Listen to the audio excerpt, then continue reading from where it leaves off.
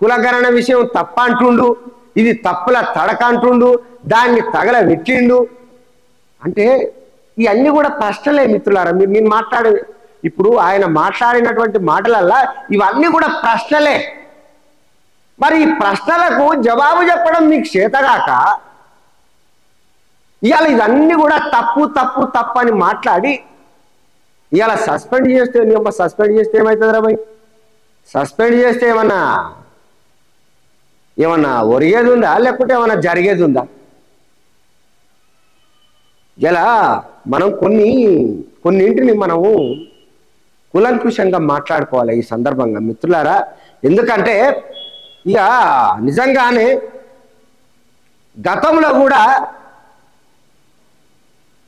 కేసీఆర్ హయాంలో సర్వే చేపట్టి, సమగ్ర సర్వే చేపట్టి, మరి అప్పుడు జరిగినప్పుడు మరి ఇప్పుడెందుకు తగ్గుతుంది అనేది లెక్క చెప్పడం తప్ప, ఇది ఎట్లా కరెక్ట్ అవుతుంది అనడం తప్ప.